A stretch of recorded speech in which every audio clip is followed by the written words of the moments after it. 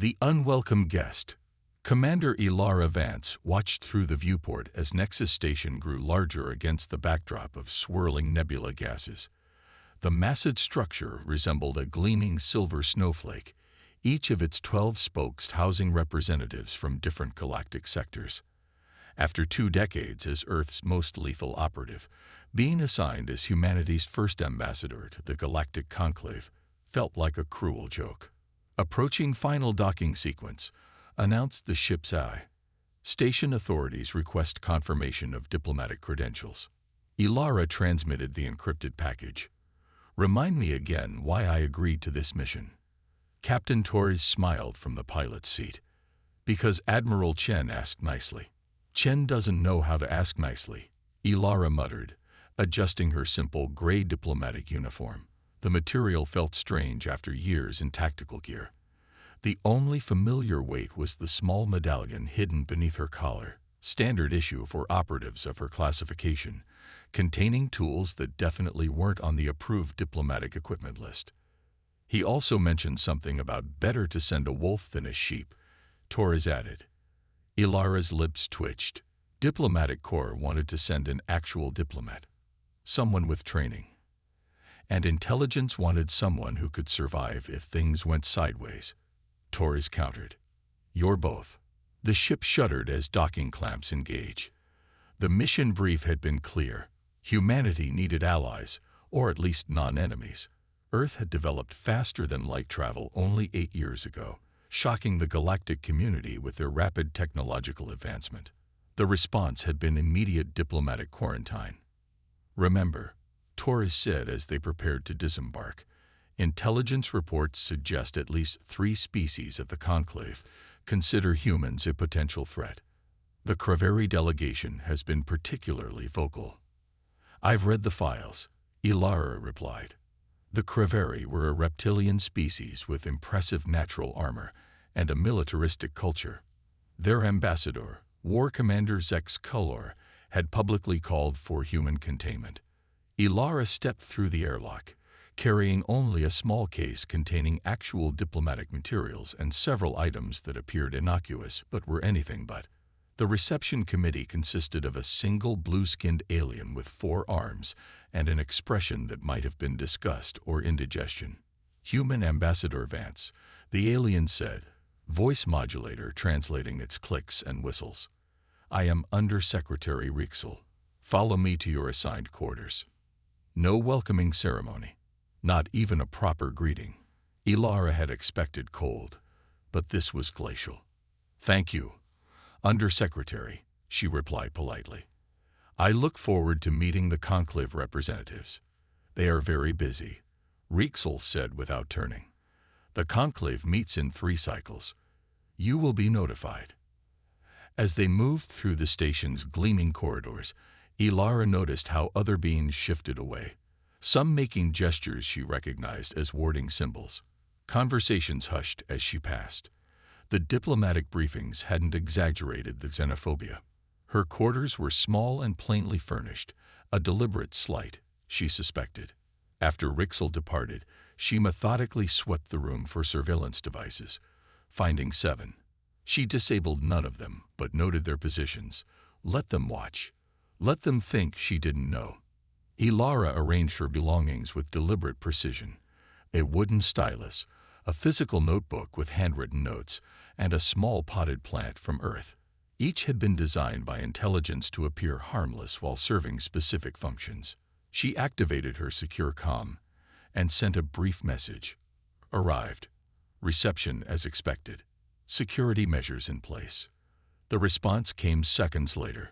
Proceed with caution. Intelligence suggests Kraveri coalition forming against Earth representation. Primary objective remains diplomatic, but survival authorized by any means. Ilara allowed herself a small smile. Any means was her specialty. 3 station cycles later, Ilara entered the conclave chamber for the first time. The vast circular room contained seating for over 200 species, arranged in concentric rings.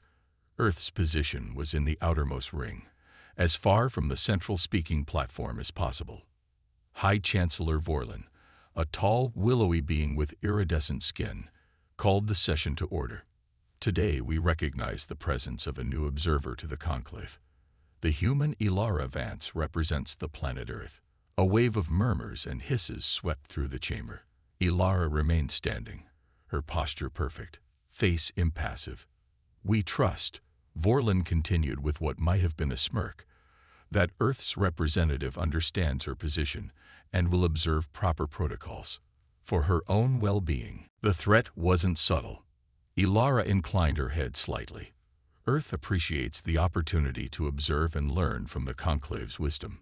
"The human speaks well for a species barely out of its gravity well," came a harsh voice from one of the inner rings. War Commander Zexcaler of the Creverie rose, his crimson scales gleaming under the chamber lights.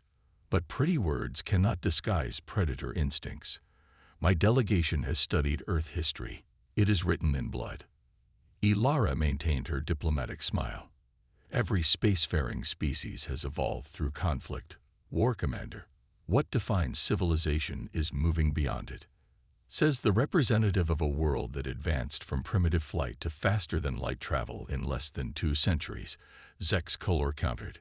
"Such rapid development suggests a dangerous species." Another delegate, a massive gelatinous being, pulsed with green light. "The Creverie concerns have merit. Humans exhibit unprecedented neural plasticity and adaptation rates. Their potential is concerning." Ilara recognized this line of argument from her briefings. Humanity's greatest strength, adaptation, was what frightened the established galactic powers. They had evolved more slowly, developed technology over millennia rather than centuries. The human capacity for rapid change terrified them. "Earth seeks only peaceful exchange and mutual benefit," Ilara stated calmly. "We bring new perspectives that could benefit all." "New perspectives that could disrupt millennia of stability," Zexcaler hissed. "The conclave should consider containment protocols before it's too late." The session deteriorated from there, with various delegations offering thinly veiled threats disguised as concerns about galactic stability. Ilara said little, observing who spoke against Earth and who remained silent. By the session's end, she had identified at least 12 hostile delegations and perhaps 5 that might be neutral or potentially friendly.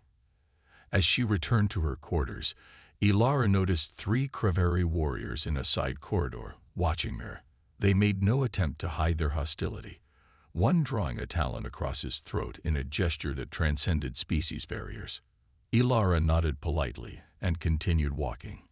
In her quarters, she updated Earth Command and received new instructions: continue diplomatic efforts, defend if necessary, conclave alliance critical for Sol system security. That night, as the station's lighting dimmed to simulate evening, Ilara heard a soft tap at her door. She opened it to find a small, furry being with large eyes and 6 limbs. "Human Ambassador," the creature whispered. "I am Tikval, junior assistant to the Morigi delegation. I must speak with you urgently." Ilara ushered the alien inside, positioning them away from the surveillance devices. "What is it?" "The Creverie. They'd formed a coalition. 13 species have signed a security pact against Earth. They're calling for your expulsion. Or worse." "Worse." Tikval's fur rippled with distress. "There are rumors of removal. Permanent removal. My superior sent me to warn you because the Morigi believe this sets a dangerous precedent. If they can remove one species, they can remove others," Ilara finished. "Thank you for the warning." After Tikval departed, Ilara sent another encrypted message to Earth Command and received a simple response: maintain position. Survival authorized. No evacuation possible at this time. Ilara sighed and opened her case, removing a small metallic device that resembled a writing instrument. She placed it beside her bed and whispered, "I thought I was done being a weapon." 4 hours later, the door to her quarters slid open silently. 5 figures entered, 3 Creverie and 2 beings from species she recognized as part of the new coalition. Each carried weapons that could kill her a dozen different ways. "The human sleeps," one whispered. "Make it look natural." A respiratory failure common to species new to space stations. They moved toward the bed where Ilara's form lay beneath the covers. The leader reached out and grasped nothing but arranged pillows. "Where is she?" he hissed, just as the lights went out. In the darkness, Ilara moved like water, silent and unstoppable. The stylus in her hand hardened into a blade that slipped between scales and into vital organs. The first two Craveri died before they realized she was behind them. The third attacker activated an emergency light, catching a glimpse of Ilara's face, calm and focused, before something struck his throat with precision force. He collapsed, unable to breathe as his tracheal passages collapsed. The fourth assassin fired blindly, energy bolts scorching the walls.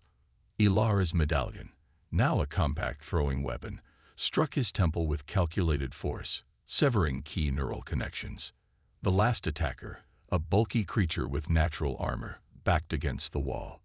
"What are you?" "Just a diplomat," Ilara replied, her voice eerily calm as she approached.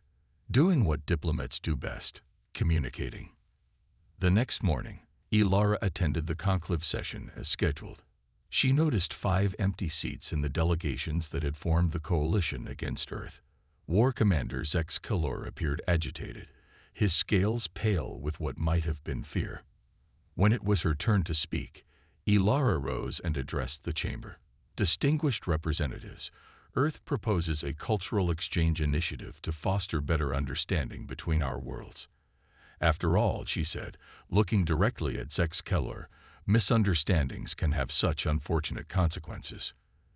That evening, she transmitted her report. First diplomatic contact established. Conversations ongoing. Expect improved relations shortly. In her private notes, she wrote simply, "Day 7. They're beginning to understand who they're dealing with." The revelation. 2 weeks after the first assassination attempt, Nexus Station buzzed with rumors. 5 diplomats had mysteriously vanished, all members of the anti-Earth coalition. Station security conducted investigations that went nowhere. No bodies, no evidence, no witnesses, just empty quarters and confused aides. War Commander Zex Keller had become noticeably erratic, surrounded by twice as many bodyguards as before, his scales constantly pale with stress. His once thunderous denouncements of humanity had diminished to occasional muttered comments during conclave sessions. Ilara continued her diplomatic duties with serene efficiency. She attended every session, submitted formal proposals for trade and cultural exchange, and politely endured the continuing cold shoulders from most delegations. But a subtle shift had occurred. Where once there was outright hostility, now there was wary distance. In her quarters, Ilara reviewed a secure transmission from Earth Command. Coalition activities decreased by 60%. Continue current approach. Potential breakthrough with Morigi delegation indicates possible alliance formation. Proceed with caution. A soft chime announced a visitor. Ilara tucked the secure tablet away and opened the door to find Undersecretary Rixel, looking distinctly uncomfortable. "Human Ambassador," the blue-skinned alien said stiffly. "High Chancellor Vorlin requests your presence." Immediately. Ilara raised an eyebrow. "Of course. May I ask the purpose?" "The High Chancellor will explain," Rixel replied, adding reluctantly, "Please bring your diplomatic credentials." Something had changed. This was the first official summons she'd received outside of regular conclave sessions.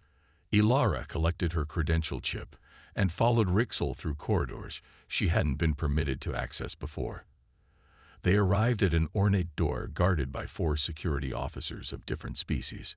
Inside, High Chancellor Vorlin sat behind a crescent-shaped desk. Beside him stood War Commander Zex Keller and 3 other high-ranking conclave officials Ilara recognized from the inner rings. "Ambassador Vance," Vorlin said without preamble, "serious allegations have been made regarding your activities on this station." Ilara maintained a neutral expression.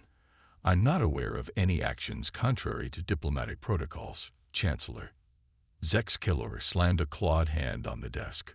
5 diplomats are missing. All oppose your presence here. This cannot be coincidence. I agree, that sounds concerning, Ilara replied calmly. Has station security found any evidence connecting these disappearances to Earth's delegation? No, admitted a small crystalline being that Ilara knew was the head of station security. There is no evidence of forced entry, struggle, or remains in any case. The surveillance systems show nothing unusual. Then I fail to see. What we fail to see, interrupted Vorlin, is how a supposedly diplomatic mission from a technologically inferior species could bypass our security so completely. Ilara smiled slightly. Are you accusing me of involvement in these disappearances, Chancellor? That would be quite an accomplishment for a representative from a technologically inferior species, wouldn't it? The crystalline security chief emitted a series of musical tones that the translator rendered as a chuckle, quickly suppressed when Vorlin glared. Zex Killor leaned forward, bearing rows of pointed teeth. We know what you are, human. Your kind sends a predator disguised as a diplomat. Your Earth governments think us fools. I am exactly what my credentials state, Ilara replied evenly. Earth's diplomatic representative to the Galactic Conclave. Then you won't object to a full molecular scan, said Vorlin. Standard procedure for security clearance to the inner station areas. A trap, but an expected one. Ilara inclined her head. I would be happy to comply with standard security protocols that apply equally to all diplomats. Vorlin's expression flickered with annoyance. She had called his bluff. Such invasive scanning was not standard for anyone, and imposing it solely on the human would violate the Conclave's own foundational laws. Very well, the Chancellor said after a moment. Consider this a formal warning. Any evidence linking Earth's delegation to these disappearances will result in immediate expulsion and potential quarantine of your entire system. I understand, Chancellor, Ilara replied. Earth desires only peaceful relations. Perhaps these unfortunate events highlight the need for improved security cooperation between all our peoples. After she was dismissed, Ilara made her way to the station's observation deck, one of the few public areas where she was permitted. The vast window offered a spectacular view of the nebula beyond, swirling clouds of cosmic dust illuminated by distant stars. She sensed rather than heard someone approach. Beautiful, isn't it? Came a gravelly voice. The Crimson Veil Nebula, formed from a supernova approximately 3 million years ago. Ilara turned to see an elderly Artaxian, a species resembling bipedal turtles known for their scientific contributions to the Conclave. This one wore the insignia of a senior researcher. Ambassador Vance, the Artaxian continued. I am Dr. Zoltef, Stellar Phenomena Division. May I join you? Ilara gestured to the space beside her. Of course, Doctor. They stood in silence for several minutes, watching the nebula's slow dance. Finally, Zoltef spoke again. You know why they fear humans, don't you? It's not just your rapid technological development, impressive as that is. I have my theories, Ilara replied cautiously. It's your adaptability. The scientist said, most species take thousands of generations to evolve significant traits. Humans adapt within a single lifetime. You go from desert to Arctic environments with nothing but clothing changes. You survive radiation levels that would kill most species. Your bodies create new neural pathways at rates our scientists find disturbing. Ilara considered this. Adaptation is necessary for survival. Indeed, but most species here adapted slowly over millions of years of stable evolution. They'd reached space only after their development plateaued. Humans are still evolving, still adapting. You're not finished yet. That terrifies them. And you, Doctor, are you terrified? The old Artaxian's wrinkled face formed what might have been a smile. I am a scientist. I find it fascinating. Others on the Conclave do as well, though they're less vocal than the Craveri Coalition. You're saying we might have allies here after all. Potential allies, Zolteth corrected, who are waiting to see how you handle the challenges presented. The Conclave respects strength, Ambassador, but fears uncontrolled power. Before Ilara could respond, alarms blared throughout the station. Red emergency lights pulsed along the corridors. All personnel, security alert, announced the station eye. Unknown vessel approaching. Hostile intent detected. All civilians to shelter areas. Defense protocols activated. Zolteth looked alarmed. The station's defensive systems are formidable, but we rarely need them. Who would dare? Where's the nearest command center? Ilara interrupted, already moving toward the exit. Section 7, Level 5, the scientist replied, hurrying to keep pace. But you won't be admitted without. Ilara was already gone, running through corridors rapidly emptying as station residents sought shelter. She reached Section 7 in minutes, finding the command center doors locked and guarded by 4 security officers. Ambassador Vance, one began, "This area is restricted during." "Override Alpha 7 Tango," Ilara stated clearly. "Earth emergency protocol." The guards looked confused for a moment before their communication devices simultaneously pinged. They checked the messages, eyes widening. "You're cleared," said the lead guard, sounding bewildered as the doors slid open. Inside, chaos reigned. Conclave officials and security personnel crowded around display screens, showing a massive vessel approaching the station. Its design was unlike any known species, all sharp angles and protruding weapons arrays. "Kinetic barriers at 60% and falling," someone reported. "They're using penetrating frequencies we haven't encountered before." High Chancellor Vorlin stood at the center, issuing orders that seemed increasingly desperate. He turned as Ilara entered, his expression shifting from surprise to anger. "How did you get in here?" "Security. The human has clearance," replied the chief of security. "Though I don't know how." War Commander Zex Killer pushed forward, scales flushed dark red with rage. "This is Earth's doing. They sent her to weaken us from within while their war fleet attacks." "That's not an Earth vessel," Ilara stated calmly, studying the displays. "And Earth doesn't have a war fleet." "You expect us to believe," Zex Killer began. "It's a harvester ship," Ilara interrupted. "Deep space predators that attack isolated stations and colonies, strip them of resources, and disappear. Earth intelligence has tracked 3 such attacks on the galactic rim over the past year." The command center fell silent as everyone stared at her. "How could you possibly know that?" Vorlin demanded. Ilara met his gaze steadily. "Because Earth has been monitoring threats beyond our system since we developed FTL capability. We've been preparing for them while the Conclave was busy debating whether to quarantine us." A junior officer called out in panic. "Barriers at 30%. They're launching boarding craft." "Activate the internal defense grid," ordered Vorlin. "The grid is designed for individual intruders," replied the security chief. "Not a full-scale invasion." Ilara stepped forward.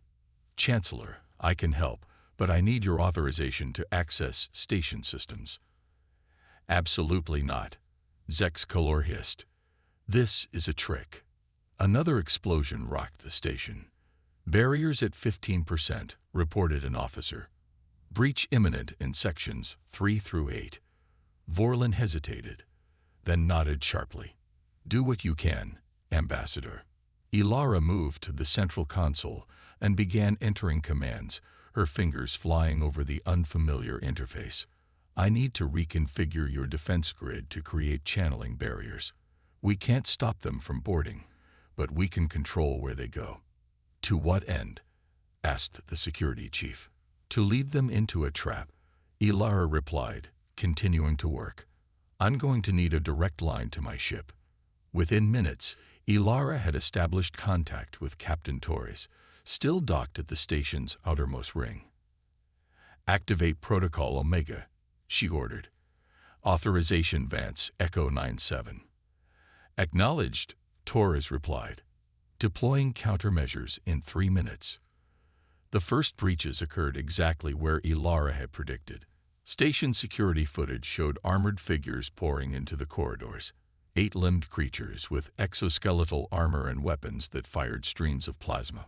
Harvesters don't leave survivors, Ilara explained as she continued modifying the station systems. They consider all other life forms as resources to be consumed or converted. How does Earth know so much about threats we've never encountered? Vorlin demanded. Ilara didn't look up from her work. Because humanity has been fighting for survival since before we left our planet. We expect threats. We prepare for them. The security feeds show the invaders being funneled through specific corridors by the reconfigured barrier system, heading toward the station's main power distribution hub. You're leading them to our most critical systems, Zexcalor accused. I'm leading them exactly where we want them, Ilara corrected. Captain Torres, status. Countermeasures ready, came the reply. Awaiting your signal. On the screens, dozens of harvesters had reached the power distribution hub, beginning to attach devices to the station's energy conduits. Now, Ilara said, a pulse of energy surged through the station's power system, not from the station itself, but from Earth's ship, channeled through the docking ports and into the main grid. When it reached the power hub, it transformed into a field of crackling energy that enveloped the invaders. Their armored bodies convulsed and collapsed. What did you do? Breathed the security chief. Targeted electromagnetic pulse calibrated to their neural patterns, Ilara explained. Captain Torres can handle any stragglers with the same technology. The harvester ship will retreat once it realizes its boarding party has failed. True to her prediction, the enemy vessel began pulling away from the station minutes later, accelerating rapidly until it disappeared into FTL. The command center was silent as everyone stared at Ilara. You came prepared for this, Vorlin said finally. How? Ilara straightened, meeting his gaze. Earth applied for Conclave membership knowing we would face resistance. We didn't know it would take the form of harvesters, but we knew we needed to be ready to prove our worth. By saving us, the security chief said with newfound respect. By demonstrating that humanity's adaptability is an asset to the Conclave, not a threat, Ilara corrected. The same qualities that make us dangerous make us valuable allies. War Commander Zex Keller had been unusually quiet, studying Ilara with new eyes. Finally, he spoke. The disappearances. It was you. Ilara turned to him. The Earth has no official knowledge of any disappearances, War Commander. But we do know that assassination attempts against diplomatic representatives are violations of Conclave law. You're not just a diplomat, Zexcalor stated. I am exactly what Earth needed me to be, Ilara replied. As are you, War Commander. We are both weapons shaped to serve our people's needs. For the first time, understanding passed between them. Predator recognizing predator across the gulf of species. High Chancellor Vorlin cleared his throat. The Conclave owes Earth a debt, Ambassador Vance. Perhaps we have been hasty in our judgment of humanity's place among us. 3 days later, Ilara stood before the full Conclave assembly. This time, her position was not in the outer ring but at the central podium, addressing all delegations. Distinguished representatives, she began, recent events have demonstrated that our worlds face threats that transcend our differences. Earth does not ask for special treatment or accelerated status. We ask only for the opportunity to contribute our unique perspectives and capabilities to our shared future among the stars. The vote that followed was not unanimous. The Creveri abstained, but Earth was granted provisional membership in the Galactic Conclave, with full rights to establish embassies and trade agreements with all member worlds. That evening, as Ilara prepared her final report to Earth Command, she received an unexpected visitor, War Commander Zex Keller. Ambassador, he said stiffly, the Creveri Imperium wishes to establish direct diplomatic relations with Earth. Ilara raised an eyebrow. I thought your people considered humans dangerous predators, War Commander. His reptilian features formed what might have been a smile. We do. That is precisely why we wish closer relations. The galaxy is full of predators. Ambassador Vance. The wise ones learn to hunt together. Ilara returned the smile, extending her hand in the human gesture of agreement. I believe Earth would welcome such an arrangement. As the Kraveri warrior grasped her hand, Ilara sent her final transmission to Earth Command. Mission accomplished. Humanity has found its place among the stars, not by hiding what we are, but by showing them exactly who we can be.